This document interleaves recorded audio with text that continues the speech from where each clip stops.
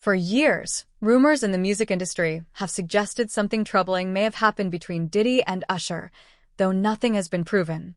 Instead of ignoring these stories, 50 Cent keeps bringing them up, saying the industry often hides serious issues behind fame and power.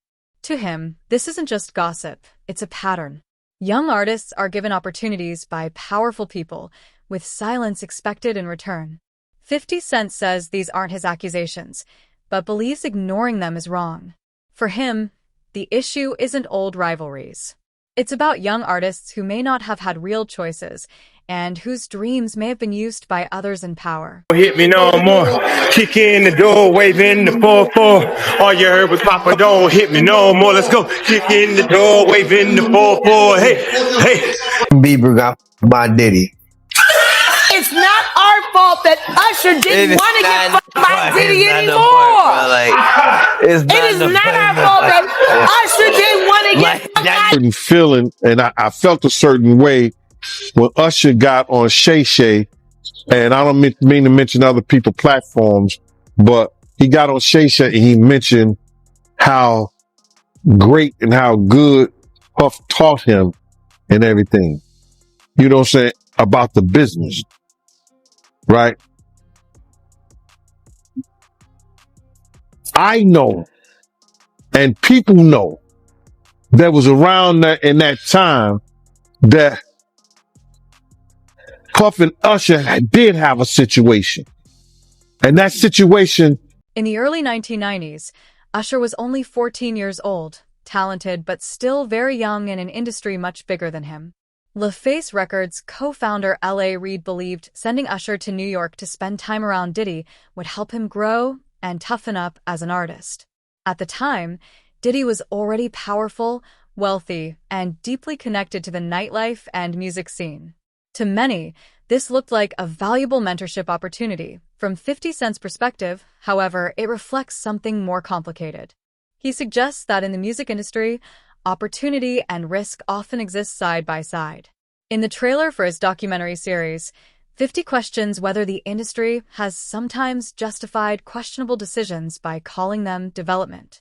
He points to situations like placing a teenager in a powerful adult's world as an example of how rising fame has, at times, come with vulnerability as the unspoken cost. What happened to Usher? I heard about some music executives from the industry back in Harlem. You know, I heard it from some music executives back in Harlem. And I'm not going to speak on their name. They doing programs and everything like that. And they may be doing some of them. They may speak on it themselves. But I heard it from some music executives. What did you hear? Bro, you know how people be talking and we was around some people, something like that. And then some people might say, yo, I don't F with that dude. And at the time, I didn't know who the F Usher was. You know what I'm saying? It was one of those type of situations. And when somebody say, yo, man, I don't F with them niggas. I'm getting out that industry and everything like that. You know, Puff sent this little kid to the hospital. How he sent him to the hospital? Man, nigga bleeding from the butt. And that's what was said. I didn't even have a name for the kid at the time. Then you heard. We want to thank you. Come here. Don't sit on the bed at night. No homo. No, just don't get close to the bed. Don't get close. But it's just like, yo, we want to thank you for hosting the thing, man. It's been a pleasure. You didn't have to do it, and you did it. No, I definitely didn't have to do it. I definitely didn't have to. First and foremost, I'm not getting in the bed. Shout out to him and what he did. I'm just gonna, if we can, let's just put the camera a little this way, just so we're not. I don't want my shot to even I don't want it to come close to the bed at all. I should look like he fresh off a goddamn plane. I should Fresh off the guard stage. That's my brother right here from day one. We used to wake up and, pause, but like, check this out. Back in the days when he was like 10 and I was a little bit older, his older brother, we used to fight over the Frosted Flakes. You know what I'm saying? Before pause was invented. You know what I'm saying? But it's my brother for real. We used to actually wrestle off of the Frosted Flakes because he used to always get them early. Now he's one of the richest stars in the world. Yo, what the What did Puff just say? Nobody's going to acknowledge this with me. Puff just said we used to wrestle over the Frosted Flakes, and we're streaming live. That was stupid. Listen, that was fucking stupid. Listen. We're having a good time. L.A. Reid later admitted he wasn't sure if sending Usher to Diddy was the right decision.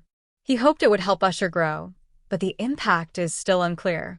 Usher has said that time exposed him to things he hasn't fully explained. T.O. 50 Cent, those vague comments matter. He believes people who go through difficult experiences often speak carefully, hinting at discomfort without saying it directly. His documentary questions whether some mentorships in the industry cross lines and why the industry keeps avoiding responsibility instead of facing those choices honestly. New York City. And I lived with Sean Puffy Combs for a year. That's the crazy thing. Now, that was L.A. Reid's idea, right? We're sending you over to something called Puffy Flavor Camp. There you go. To learn Flavor Camp? Yeah, Flavor that's Camp. what it was called. And you're going to go to Puff Daddy's. He's In the 90s. Do you understand what that's like? Puffy's place was like just filled with chicks and orgying like nonstop, right? No, not really. Come on. But hey, it was curious. I got a chance to see some things. Yeah, but you were 13. What were you seeing? I went there to see the lifestyle. Right. And I saw it. And it was, but I don't know if I could indulge and understand what I was even looking at. It was pretty wild. So nobody tried to, some woman didn't come along. I didn't say that. Okay. I didn't say that. What I did say is that there were very curious things taking place. And I didn't necessarily understand it. Biggie Smalls was there. Biggie Smalls was there. Lil' Kim, Craig Mack. All these people are hanging around. Yeah, man. Faith Evans, Jodeci, Mary J. Blige. They didn't know nothing about this shit. Oh. I was having a good time. You know what I mean?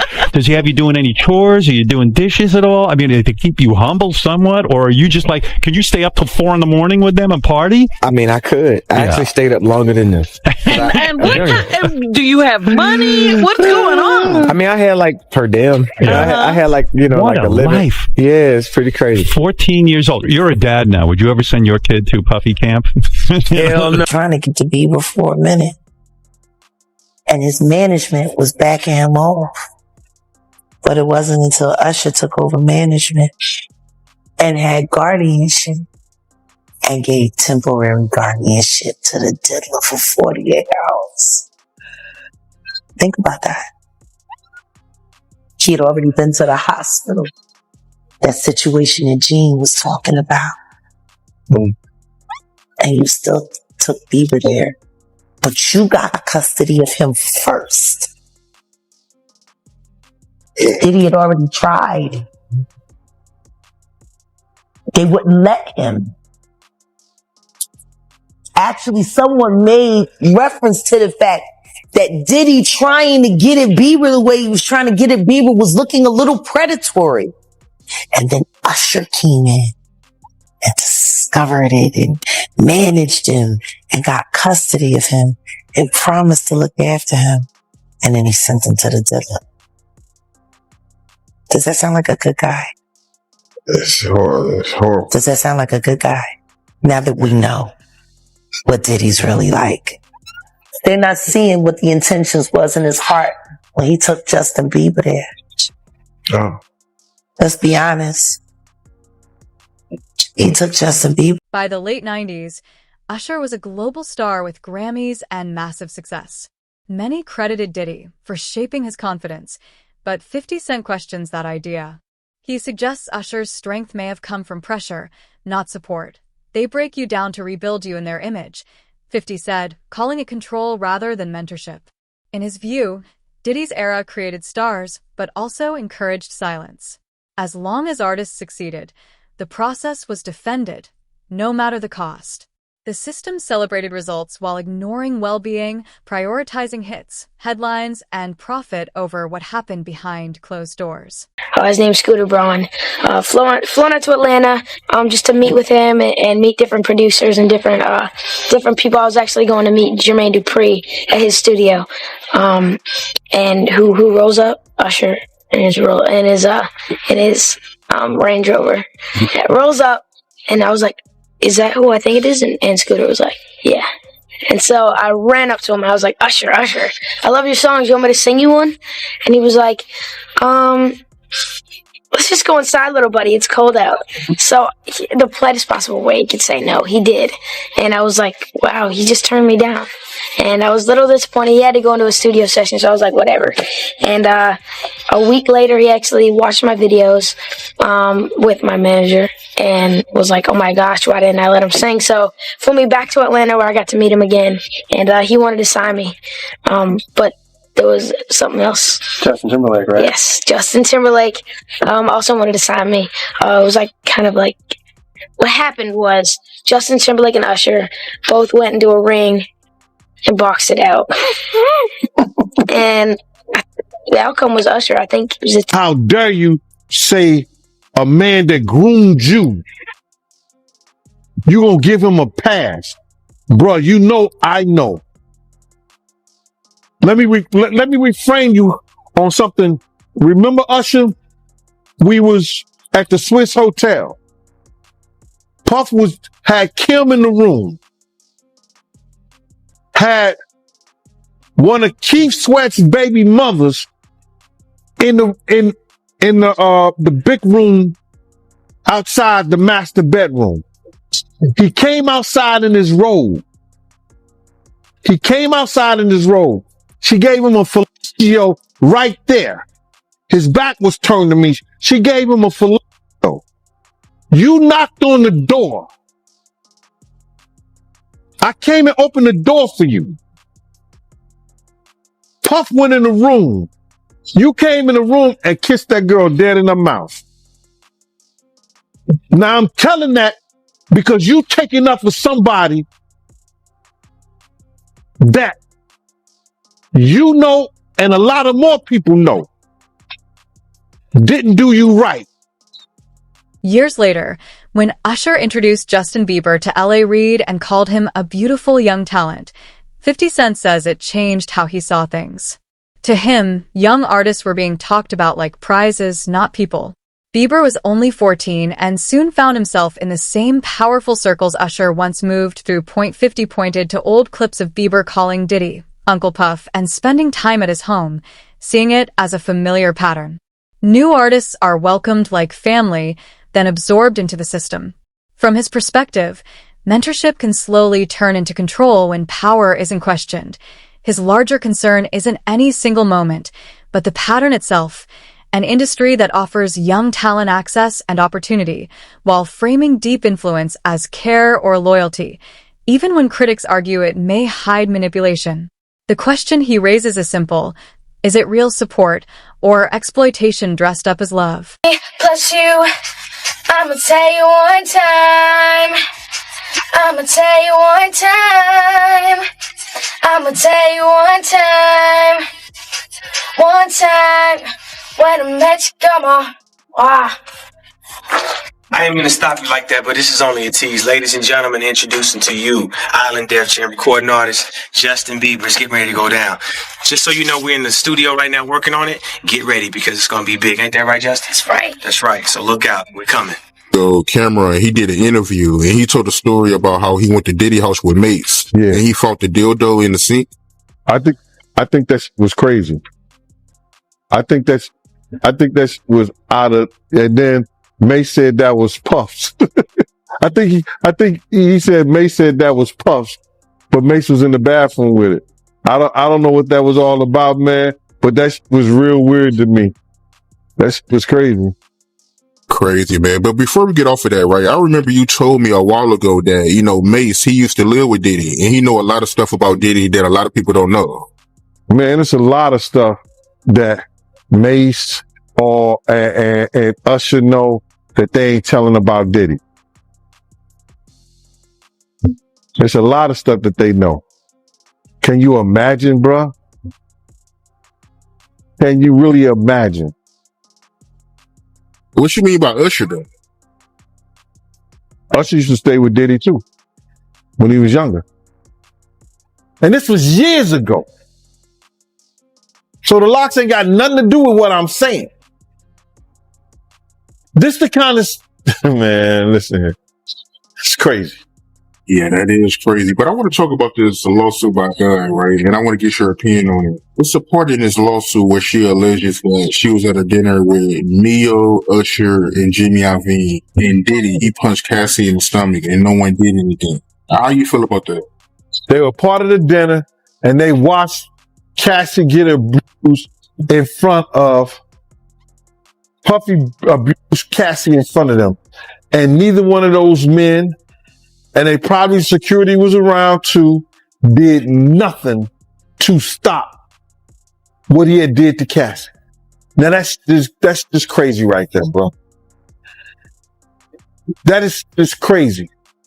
Usher probably got a daughter. Neo probably got kids. I don't know. Jimmy Iovine, you know, he take about 15, 20 scoops of sugar in his coffee. So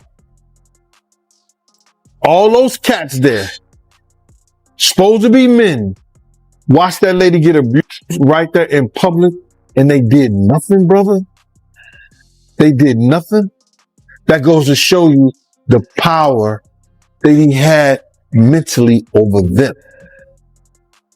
Here go a woman witnesses, and this witnessing it and said, they said nothing. Yo, man, stop. Don't do that. Yo, not here, bro. Easy. Nothing. Don't do nothing. Say something. She said they didn't do anything and they didn't say nothing. That's the bad thing about it. If you're not going to do nothing, open your damn mouth and say something. And that's a lot wrong with our people right now. By age 15, Justin Bieber was already under huge pressure.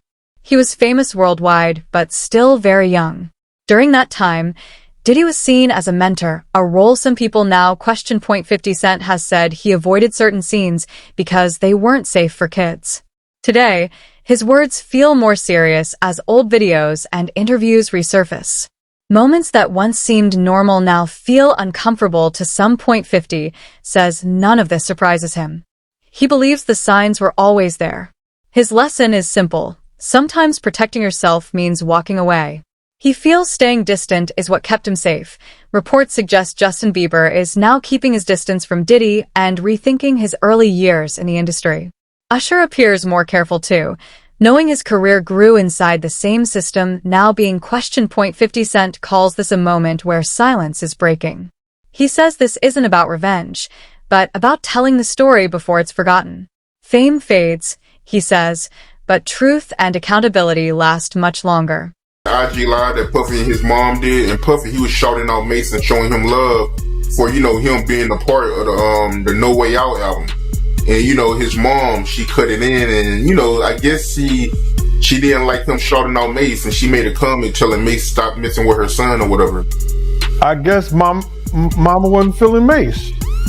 And Mace is a celebrity, and by him having a platform to say something about her son, you know, she would say that. You understand? I've said more about Mace. I've said more about Diddy than Mace have. But maybe because I'm not a celebrity, I don't have the platform, and he didn't say my name. She didn't say anything about, and you too, Gene Deal. And maybe because she might still find me sexy. She say she looking. What you mean by that? His mom was trying to talk to you back then? I don't wanna. What? That's how we fell out, bruh. That's how we fell out. You don't know? I thought you watched the Gene Deal show, Art. No, man. Tell me about that. Y'all ain't know that. Oh my God. Yo, one day, Puff